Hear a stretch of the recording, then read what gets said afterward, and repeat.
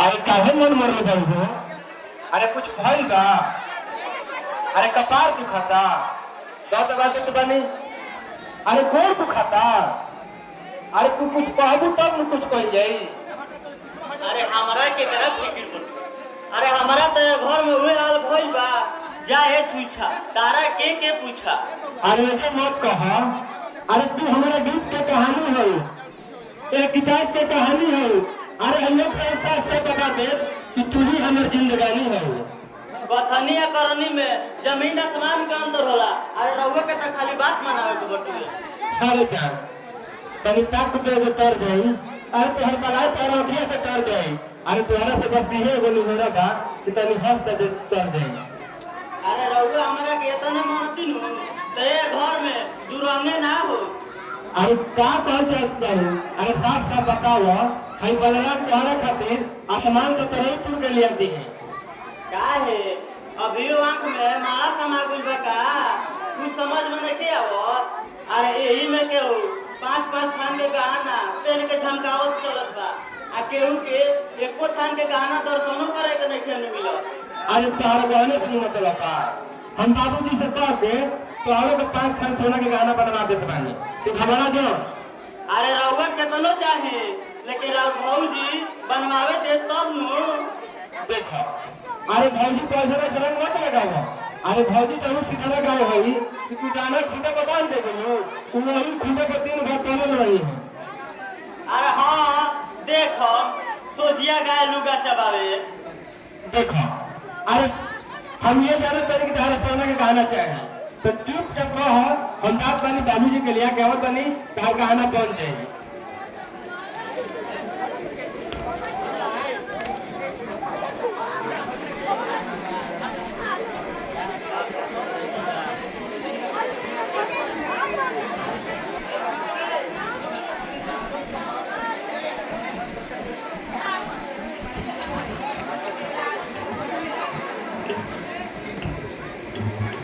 हाँ बोलो क्या बात बा? काहेला हमरा के बोला के लिए ला आइया?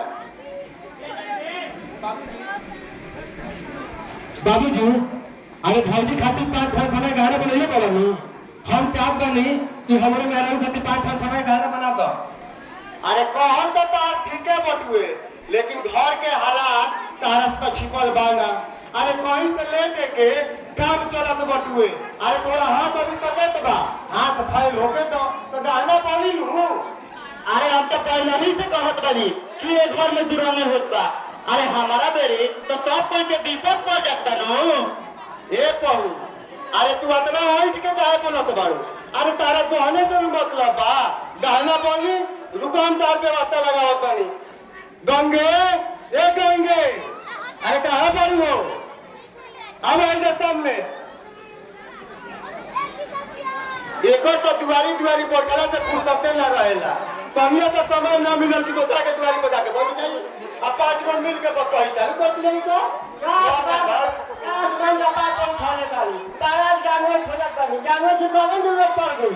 अरे ना भगवान।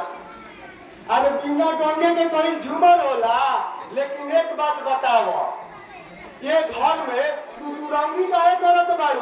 बड़की पतो के 5 टन गहना आई छोटकी पतो के एगो चांदी का उठियो ना का भगवान।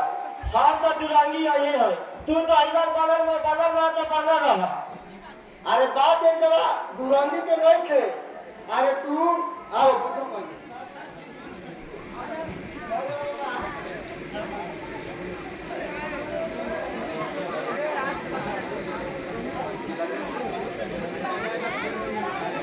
एक बात बताओ।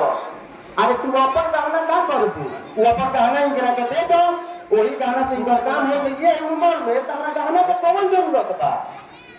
हम अपन गहना नहीं दे हम आगे के दिन के ना चकलता हाइला। अरे तू हाइला पर झाड़ के चल दू आई तार पतो ऐसा के। अरे हई पे कहो बूढ़ घोड़ी के लाल लगा कनी में हवा सनार के बोली ना तो हमारा आउरी खराब है।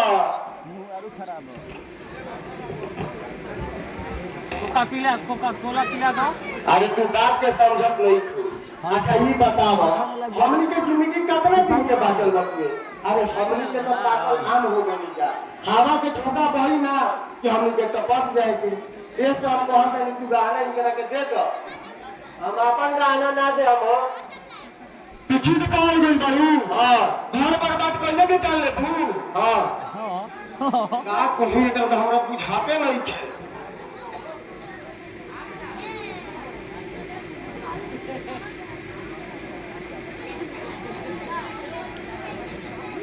ले बाबूजी हमरा भी ढेर गाना बा हम इतना गाना का करो ए मेले कुछ इहो ले ले बस गाना में पैसा पूछेला कौन काम बा उहे पैसा रहे तो कोनो दोसर काम होई हां अपने तो 77 खान के गाना धोल ले बड़ू हमारा बजी तार आंख लागत तुए तू ऐसे जान को हमरा भी जितना गाना बा हम सब लेके आइल बानी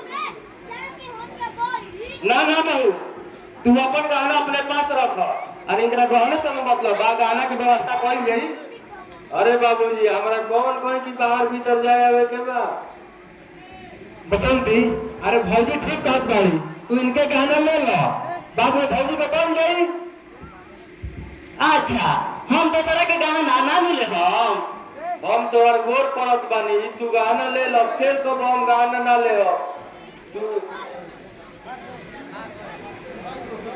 खेसारी वाला तो अरे जब तू कला ना करबो तेजा दोसर के कला ना नु करे आई ना टंकी कइले बाड़ो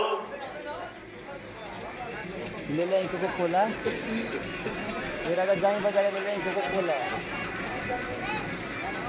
हे बाबा ना चलिए घर की रस्ती के कर नजर लाग गई कि हम टूट के पहाड़ टूट के गिरे वाला बा हे दुर्गा माई हमरा ही घर की रस्ती के संभालो ना तो लागत है कि हम मरने चाहिए चलो तो और लागत है कि केहू प्लाऊ सूद को पैसा ले ही के पड़ी है के काम करेगा रवा तो बोली मत हमसे तब अरे तब वो काला कर रहे तो बात मत कर हमसे कोनो मतलब है हमसे रवा तो अपने धुन में रह के बाहर अरे मतिया का मतलब होता है कि दिल मूड बिगड़ गया हमारा हमर मेरे बताओ क्या हो गया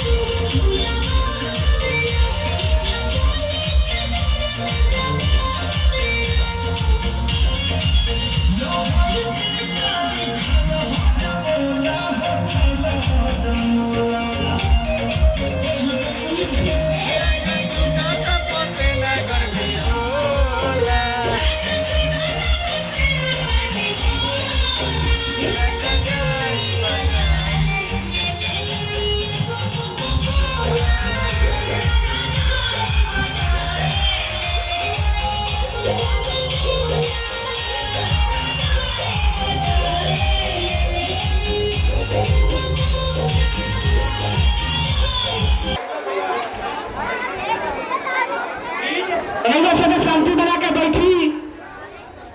कोनो इमरजेंसी केस आ गई है, यही से गाड़ी लागल हिया। इन्हें कोनो घबराए के बात नहीं।